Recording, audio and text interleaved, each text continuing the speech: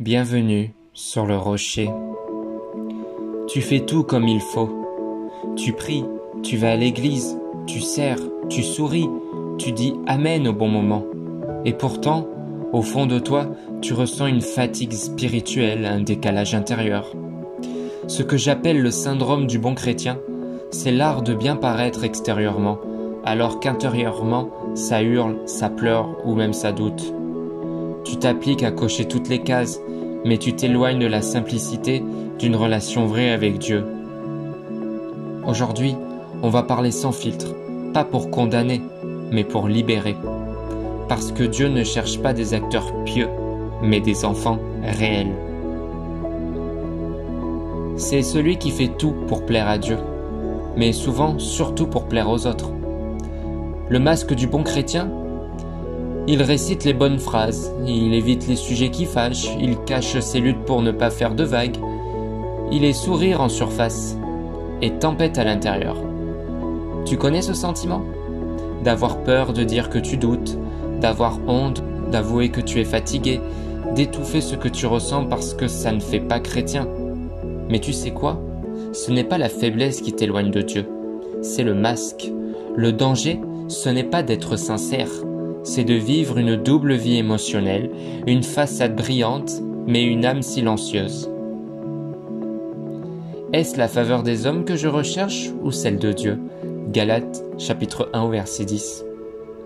Ce verset te demande clairement, pour qui fais-tu tout cela? Pour qui te bats-tu à être irréprochable?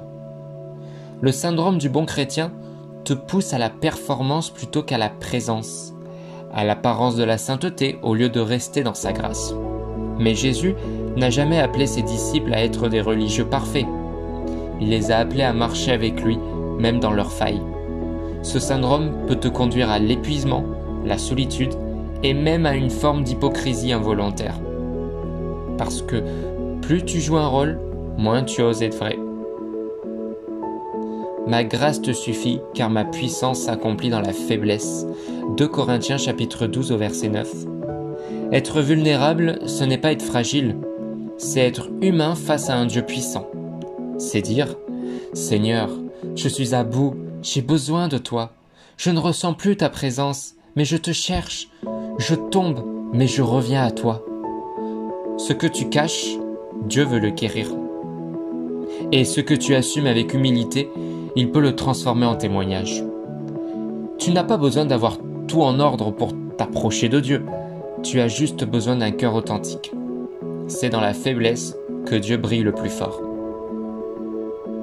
Alors, comment on sort de ce piège spirituel? Arrête de penser que tu dois mériter l'amour de Dieu. Il t'aime déjà, pas pour ce que tu fais, mais pour qui tu es. Tu es son enfant, pas son employé. Sois honnête dans ta prière. Dis-lui tout, même ce qui ne se dit pas. Épanchez vos cœurs devant lui. Psaume 62, verset 9. Entoure-toi de gens vrais. Pas ceux qui te jugent, mais ceux qui te portent dans la prière quand tu es à terre. Le royaume de Dieu est une famille, pas une scène. Et enfin, laisse-toi aimer, même quand tu ne te sens pas aimable. C'est dans ces moments-là que l'amour du Père te restaure. Dieu veut des enfants honnêtes, pas des robots religieux. Le bon chrétien, selon les apparences, n'est pas celui que Dieu cherche.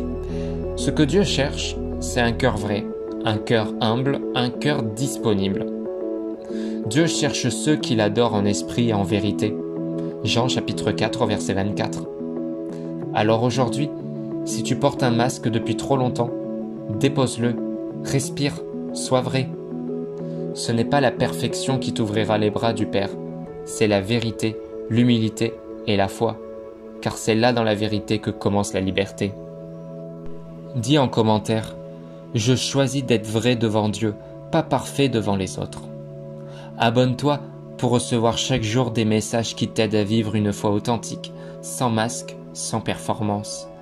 Active la cloche pour ne pas manquer les prochaines vidéos et surtout, n'oublie jamais, Dieu ne bénit pas ton image parfaite, il restaure ton cœur sincère.